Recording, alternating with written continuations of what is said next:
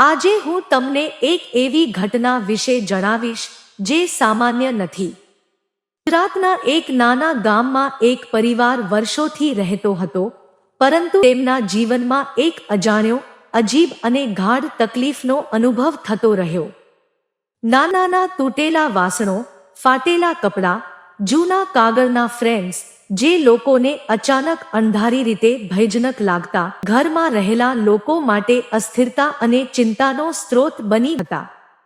તેઓ વિચારતા હતા, સમય ખરાબ છે, આ તો ફક્ત નસીબની વાત છે. પરંતુ વાસ્તુશાસ્ત્ર કહે છે કે તૂટેલી વસ્તુઓમાં રહેલી ઉર્જા ધીમે ધીમે ઘરના દરેક અસર કરે છે, અને ઘરમાં નાની નાની તકલીફો, આરોગ્ય સંબંધિત સમસ્યાઓ, પૈસા અટકળ, પરિવાર વચ્ચે ઝઘડા અને રોજિંદા જીવનમાં વિક્ષેપ લાવે છે.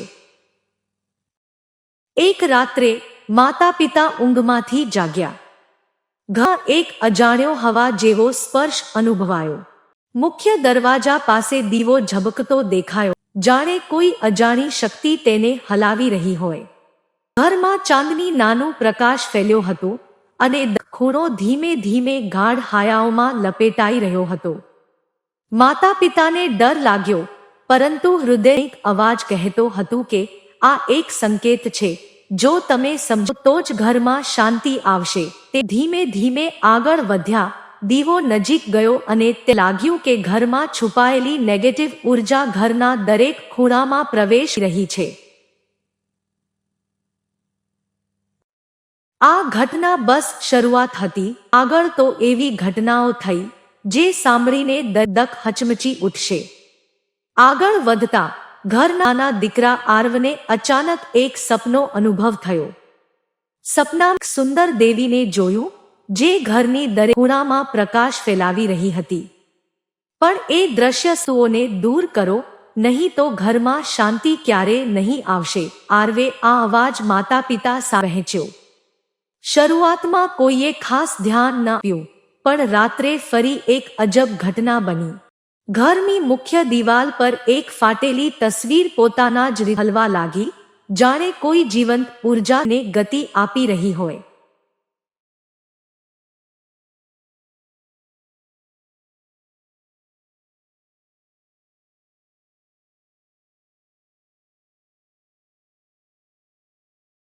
પરિવારે અંતે નક્કી કર્યું કે વાસ્તુશાસ્ત્રીને બોલવું પડશે. વાસ્તુશાસ્ત્રી ઘર અને દરેક ખૂણામાં નજર મૂકી, દરેક ખિડકી અને દરવાજા તપાસ્યા. તેમણે કહ્યું, આ ઘરમાં તૂટેલી વસ્તુઓ અને ખોટા ઉર્જા પ્રવાહના કારણે દોષ સર્જાયા છે. પૂર્વ ખૂણામાં પ્રકાશ અટક્યો છે, દક્ષિણ પશ્ચિમ પૂર્વ ખૂણો સૂકો છે. આ 4 દોષ મળી ગયા છે, જેના કારણે શાંતિ, આરોગ્ય અને ભાગ્ય પર અસર થઈ છે. પરિવારે તરત જ કામ શરૂ કર્યું. તૂટેલી વસ્તુ દૂર કરી, દરવાજા ખોલ્યા, ખૂણામાં ફર્નિચર ખસેડ્યું અને ઘરમાં દીવો પ્રગટાવવાનું શરૂ કર્યું. આગળની રાત્રે દીવો ફરી ઝબક્યો, પરંતુ આ વખતે ડર નથી, જાણે દેવીની કૃપા ઘરમાં ફરીથી છવાઈ ગઈ હોય. ઘરમાં પ્રગટેલો પ્રકાશ બધાને શાંતિ અને આનંદ આપતો રહ્યો. આ ઘટના બધા માટે એક સાચું સંકેત બની. ઘરમાં તૂટેલી વસ્તુઓ માત્ર બિનજરૂરી જીવન પર સીધો અસરકારક પ્રભાવ પાડે. વાસ્તુશાસ્ત્ર માત્ર દિવાલો અને ખૂણાના માપ નથી, તે પ્રકૃતિની ઉર્જા અને દૈવી સંકેત સાથે જોડાયેલું વિજ્ઞાન છે. જો ઘરમાં આ નેગેટિવ ઉર્જાને દૂર ન કર, દુઃખ અને અવરોધ સતત આવતો રહેશે. જ્યારે તમે આ કથા સાંભળો ત્યારે ઘરમાં એક નજર ફેરવો. કોઈ તૂટી વસ્તુ છે? કોઈ ખૂણો સૂકો કે ભય લાગતો છે? જો હા, જ તેનું નિરાકરણ કરો. દીવો પ્રગટાવો, આમાં પ્રકાશ લાવો અને ઘરમાં શાંતિ અને સુખ ફરીથી સ્થાપિત થવા દો. આ ઘટના દરેક વ્યક્તિને સમજાવે છે કે દૈવી સંકેતો પર ધ્યાન આપવું, ઘરના વાસ્તુ અનુરૂપ તત્વો જાળવવું અને સાવરણી લેનારી સ્ત્રી પણ ઘર બંધ કરીને ગાયબ થઈ ગઈ. દૂધ લેનારી સ્ત્રી પણ ફરી ક્યારેય દેખાઈ નહીં. અને આ બધું એક જ અઠવાડિયામાં બની ગયું. ભાનુપ્રતાપ માટે આ ઘટનાઓ કોઈ દુષ્પ્ન જેવી હતી. તેમના વેપારનો આધાર એક ઝટકામાં તૂટી ગયો. દેવાનો બોજ દરવાજે ઊભો થયો. ઉધાર લેનાર લોકો પાછા પૈસા માંગવા આવવા લાગ્યા. જે લોકો કાલ સુધી સલામ કરતા હતા તેઓ આજે અપમાન કરવા લાગ્યા. વેપાર બંધ થતા ઘરમાં પૈસાની તંગી શરૂ થઈ ગઈ. શોભનાબેન દરેક દિવસ દેવી લક્ષ્મીને રડતા રડતા પૂછતી રહી, હે માતા, મેં તો તારા નામે જ બધું આપ્યું હતું, તો પછી તું મારી ઉપર આટલી કઠોર કેમ બની ગઈ? સાસુ પણ હવે શોભનાબેનને દોષ આપતી હતી. તે કહેતી કે તારી અંધ દયાના કારણે જ આ ઘર કંગાળ બની ગયું છે. તું દરેકને બધું આપતી રહી અને આપણું ઘર ખાલી કરી દીધું. ભાનુપ્રતાપ પણ ધીમે ધીમે શોભનાબેન સાથે કઠોર વર્તન કરવા લાગ્યા. તે કહેતા કે મેં તને મનાઈ કરી હતી કે દરેકને બધું આપતી ન ફર, પણ તું ક્યારેય સાંભળતી નહોતી. હવે તેનું પરિણામ આખું ઘર ભોગવી રહ્યું છે. દરરોજ ઘરમાં ઝઘડા, કલેશ અને તણાવ શરૂ થઈ ગયો. બાળકોના સ્કૂલની ફી ભરવાની પણ સ્થિતિ ન રહી. બાળકો ભણવાનું છોડવા મજબૂર બન્યા. શોભનાબેનના હાથમાંથી હવે ધીમે ધીમે ઘરની એક એક વસ્તુ વેચાવા લાગી. પહેલા પલંગ ગયો, પછી પિત્તળના વાસણો, પછી સાડીઓ, પછી છેલ્લે ભગવાનના ઘરનો દીવો પણ વેચવાનો વારો આવ્યો. એક સમય હતો જ્યારે શોભનાબેન દરરોજ દીવો પ્રગટાવતી હતી અને હવે એવું સમય આવ્યું કે દીવો પ્રગટાવવા માટે તેલ પણ નહોતું. ઘરમાં અંધકાર છવાઈ ગયો. રાત્રે શોભનાબેન ઊંઘી શકતી નહોતી. તેને દરરોજ સપનામાં પડછાયો દેખાતો. કોઈ અદૃશ્ય સ્ત્રી ઘરના ખૂણામાંથી બહાર નીકળતી અને તેને કહી રહી હોય એવો અવાજ આવતો, તું જ્યાં મને જગ્યા ન આપી ત્યાં હવે દુઃખને આપવું પડશે. આ અવાજથી તે ડરીને ઉઠી બેઠી હતી અને ફરી માતા લક્ષ્મીને યાદ કરતી હતી. એક રાતે દુઃખની હદ ત્યારે પાર થઈ ગઈ જ્યારે ભાનુપ્રતાપ બીમાર પડી ગયા. દવાના પૈસા પણ નહોતા. ગામના વૈદ્યએ દવા લખી પરંતુ પૈસા વગર દવા મળતી નહોતી. શોભનાબેન ઘર ઘર ફરી પરંતુ કોઈએ મદદ ન કરી. કારણ કે જે લોકો ક્યારેક તેનો લાભ લેતા હતા તેઓ હવે મોં ફેરવીને ઊભા રહ્યા.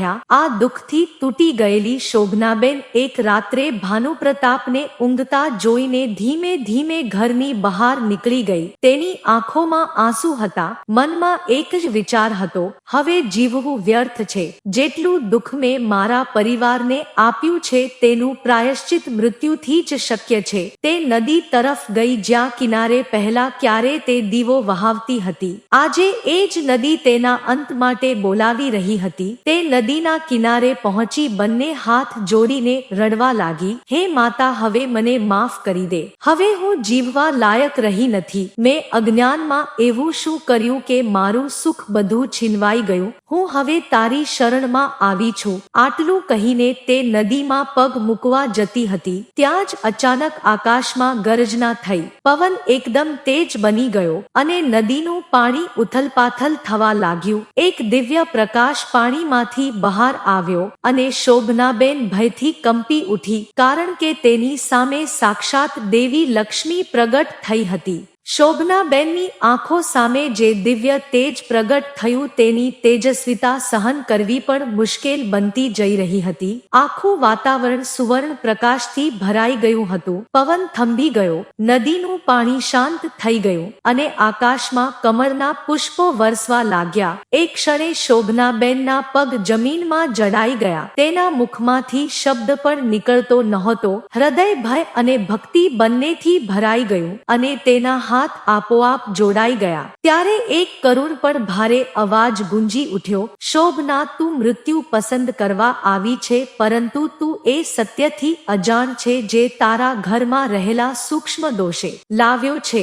શોભનાબેન રડતા રડતા જમીન પર પડી ગઈ અને બોલી, હે માતા, હું અજ્ઞાની છું. મેં જે પણ કર્યું તારા નામે કર્યું, પરંતુ મને નથી ખબર કે મેં ક્યાં ભૂલ કરી. દેવી શોભનાબેન તરફ જોઈને દેવી લક્ષ્મી લક્ષ્મીએ કહ્યું, તારી દયા પવિત્ર છે, પરંતુ તું જે તૂટેલી વસ્તુઓ ઘર બહાર લઈ ગઈ હતી એ માત્ર વસ્તુ નહોતી, એ ઘરની ઉર્જા હતી. તું જે સાંજ સમયે દૂધ આપ્યું તે સમય દેવી માટે નિષેધ માનવામાં આવ્યો છે, અને તું જે ઘરેણાં ઉછીના આપ્યા તે ઘરનું લક્ષ્મી સ્વરૂપ હતું. તું અજાણે તારી પોતાની સમૃદ્ધિને દરવાજા બહાર મૂકી દીધી હતી. શોભનાબેન આ શબ્દો સાંભળીને થરથર કાંપવા લાગી. દેવી આગળ કહ્યું, તું વેલણ, તવો, સાવરણી અને દૂધ અને ઘરેણાં આ 5 વસ્તુઓ એવા સમયે આપી દીધી જ્યાં વાસ્તુ મુજબ તેનો દોષ લાગુ પડે છે. આ 5 વસ્તુઓ ઘરની સ્થિર લક્ષ્મી શક્તિના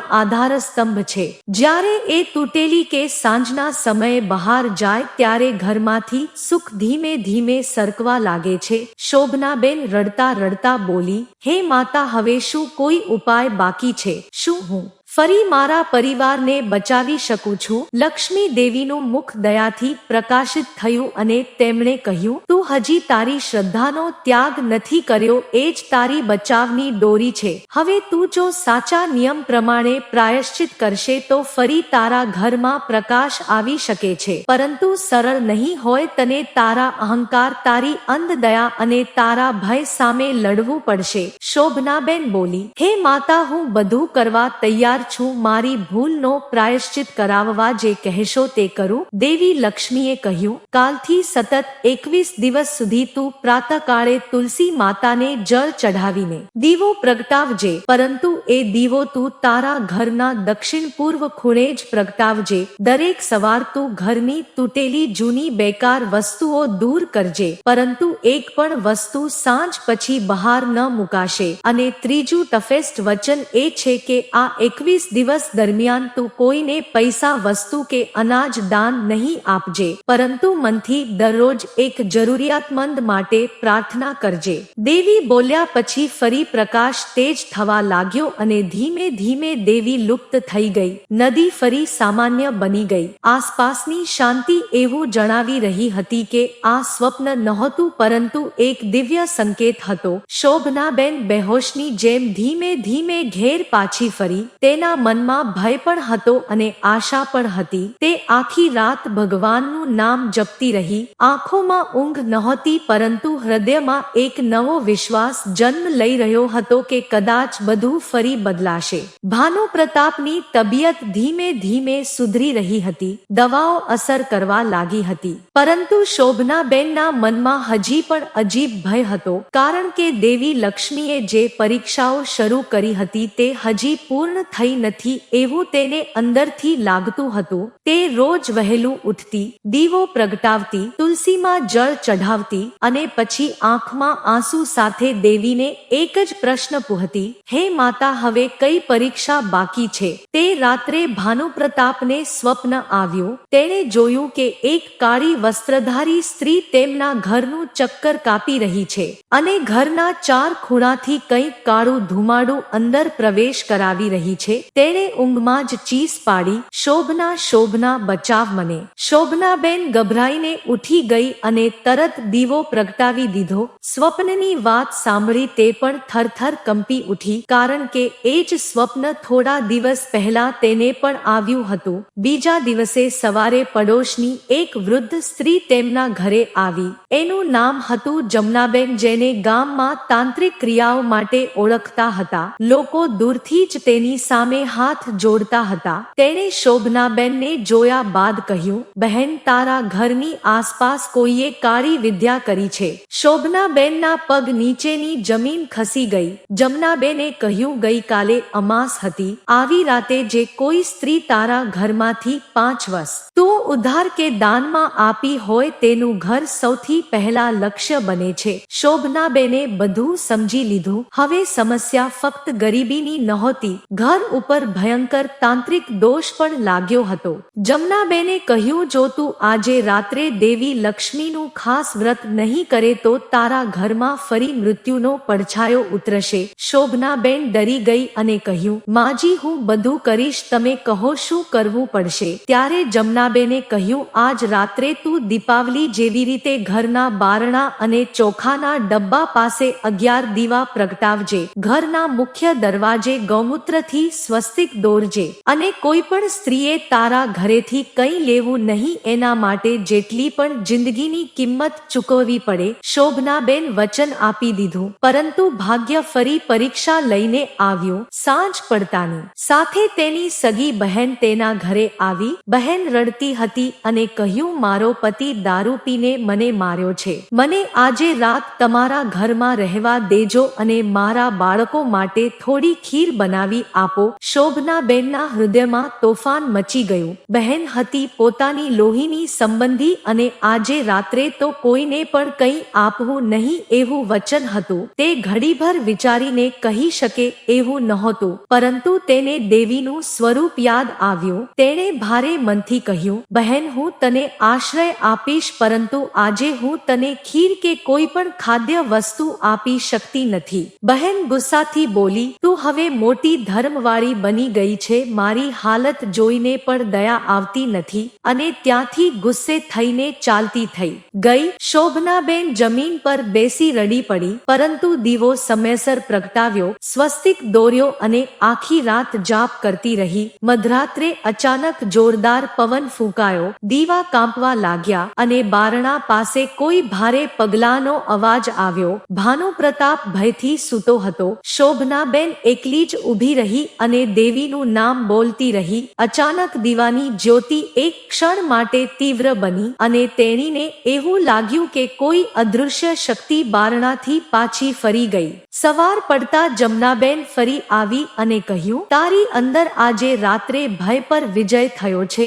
માતા લક્ષ્મીએ તારા ઘરમાં પ્રવેશ કર્યો છે, પરંતુ હજી એક જ પરીક્ષા બાકી છે. જો એ પણ પાર પડી જશે તો તારા ઘરમાં પેઢીઓ સુધી ક્યારેય ગરીબી નહીં આવે. શોભનાબેન ધીમે અવાજે બોલી, હવે હું જે કંઈ પણ આપશો તે સહન કરવા તૈયાર છું.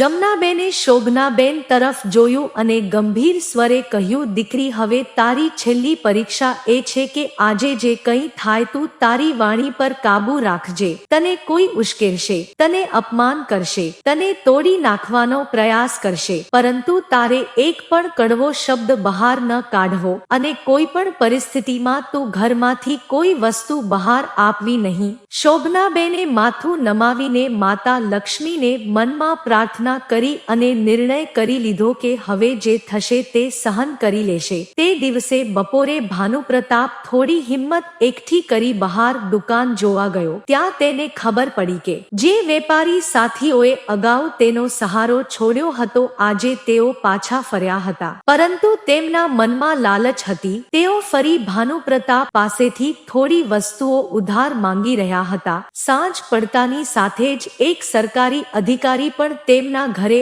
આવી ગયો અને અજાણ્યા રીતે ઘરના દસ્તાવેજો માંગવા લાગ્યો. શોભનાબેનને લાગ્યું કે હવે તો બધું ફરીથી વેરવિખેર થવાનું છે, પરંતુ તેણે મૌન ધારણ કર્યું. તે દરમિયાન પડોશની એક સ્ત્રી ફરી આવી અને કહ્યું, બહેન, આજે મારી દીકરી માટે માત્ર એક ચપટી મીઠું આપી દો, રસોઈ બગડી ગઈ છે. શોભનાબેનના હાથ કાંપવા લાગ્યા, કારણ કે મીઠું પણ પ્રસાદ સમાન ગણાય છે. તે માત્ર બારણાની અંદર ઊભી રહી અને શાંત સ્વરે કહ્યું, માફ કરજો બહેન, આજે હું કંઈ આપી શકતી નથી. સ્ત્રી ગુસ્સામાં અપશબ્દ બોલતી બહાર નીકળી ગઈ, પરંતુ શોભનાબેન સ્થિર રહી. રાત પડતા જ ફરી તોફાની પવન શરૂ થયો. આકાશમાં વાદળો ઘૂંઘવા લાગ્યા, જાણે આખું આકાશ જ લડાઈનું સાક્ષી બની રહ્યું હોય. અચાનક ઘરના આંગણામાં અંધારું છવાઈ ગયું અને દીવો એક પછી એક બુઝાતો ગયો. શોભનાબેન ડરી નથી. તેણે આંખ બંધ કરીને દેવી લક્ષ્મીનું નામ લીધું. એ જ ક્ષણે આંગણામાં દિવ્ય પ્રકાશ પ્રસરી ગયો અને સોનાની જેમ ઝગમગતું રૂપ પ્રગટ થયું. માતા લક્ષ્મી પોતાના 4 હાથીઓ સાથે પ્રગટ થયા. શોભનાબેન જમીન પર પડી ગઈ અને રડતી અવાજે બોલી, હે માતા, હવે મારી અંતિમ શ્વાસ પણ તમારી પાસે અર્પણ છે. માતા લક્ષ્મી મૃદુ સ્મિત સાથે બોલ્યા, દીકરી, તું મારી બધી પરીક્ષાઓમાં સફળ થઈ છે. તું દયાળુ પણ રહી અને સમજદાર પણ બની. તું દાન જ્ઞાન અને સમજદારી વચ્ચેનો તફાવત શીખી ગઈ છે. હવે હું તારા ઘરમાં કાયમ માટે નિવાસ કરીશ. ત્યારબાદ માતા લક્ષ્મીએ શોભનાબેનને તે 5 મુખ્ય વસ્તુઓ સ્પષ્ટ રીતે ફરીથી સમજાવી કે જે કોઈ પણ સ્ત્રી કે પુરુષે ક્યારેય દાનમાં કે ઉધાર નહીં આપવી જોઈએ. પ્રથમ વસ્તુ છે પીઠો, બેલન અને તવો જે રસોડાની આત્મા છે. બીજી વસ્તુ છે સાવરણી જેમાં ઘરનું સુખ વસે છે. ત્રીજી વસ્તુ છે ઘરના ઘરેણાં અને દાગીના જેમાં સ્ત્રીનું ભાગ્ય જોડાયેલું હોય છે. ચોથી વસ્તુ છે સાંજ પછી દૂધ અને સફેદ વસ્તુઓનું દાન. અને પાંચમી અત્યંત ગુપ્ત અને મહત્વની વસ્તુ છે ઘરના અનાજનો પહેલો ભાગ અને મીઠું, કારણ કે અનાજ અને મીઠામાં જ ઘરની સ્થિરતા વસે છે. આ 5 વસ્તુઓ જે ઘરમાં સુરક્ષિત રહે છે ત્યાં ક્યારેય ગરીબી પ્રવેશી શકતી નથી. દેવી લક્ષ્મીએ છેલ્લે કહ્યું, દીકરી, હવે તું પાછી ફરીને જીવન શરૂ કર. તારા પતિનું આરોગ્ય સુધરશે, ધંધો ફરી ચમકશે અને તારા ઘરમાં ફરી કોઈ દિવસ ભૂખ નહીં રહે. એટલું કહી માતા લક્ષ્મી પ્રકાશમાં લુપ્ત થઈ ગયા. સવાર થતાં જ ભાનુપ્રતાપ ઉઠ્યો તો તેના શરીરમાં નવી શક્તિ આવી ગઈ હતી. તે દુકાને પહોંચ્યો તો જોયું કે અગાઉના વેપારીઓ ફરીથી કરાર લઈને ઊભા હતા અને જેમણે પૈસા ઉછીના લીધા હતા તે બધાએ એક એક કરી રકમ પરત કરી દીધી. થોડા જ દિવસોમાં તેમનો ધંધો ફરી તેનાથી પણ વધુ ફળવા લાગ્યો. જે ઘર કાલ સુધી ખાલી હતું આજે ફરી અનાજથી ભરાઈ ગયું. જે ઘર કાલ સુધી અંધકારમાં હતું ત્યાં આજે દીપકની માળા ઝળહળી ઉઠી. શોભનાબેન હવે પહેલા કરતા વધુ સમજી ગઈ હતી. તે હવે દયાળુ હતી પરંતુ અંધદયાળુ નહોતી. તેણીએ શીખી લીધું હતું કે બધું દાન પુણ્ય નથી અને બધું ના કહેવું પાપ નથી. તેના જીવનથી સમગ્ર ગામે એક મોટું સિદ્ધાંત શીખ્યું કે ઘરની કેટલીક વસ્તુઓ દેવી સમાન હોય છે. તેનો અશ્વદ્ધ ઉપયોગ સમગ્ર વંશને ગરીબી તરફ ધકેલી શકે છે. મિત્રો, આ કથા ફક્ત એક વાર્તા નથી પરંતુ જીવંત સત્ય છે. આજે પણ ઘણા ઘરો માત્ર આ 5 વસ્તુઓના અયોગ્ય ઉપયોગને કારણે ધીમે ધીમે બરબાદ થઈ જાય છે. તેથી તમે બધા આ 5 વાતોને તમારા મનમાં કાયમ માટે બાંધી રાખજો અને ભૂલથી પણ એ વસ્તુઓ કોઈને ઉધાર કે દાનમાં આપશો નહીં. મિત્રો, જો તમને આ પવિત્ર અને રહસ્યમય કથા પસંદ આવી હોય તો કમેન્ટમાં જય માં લક્ષ્મી જરૂર લખજો.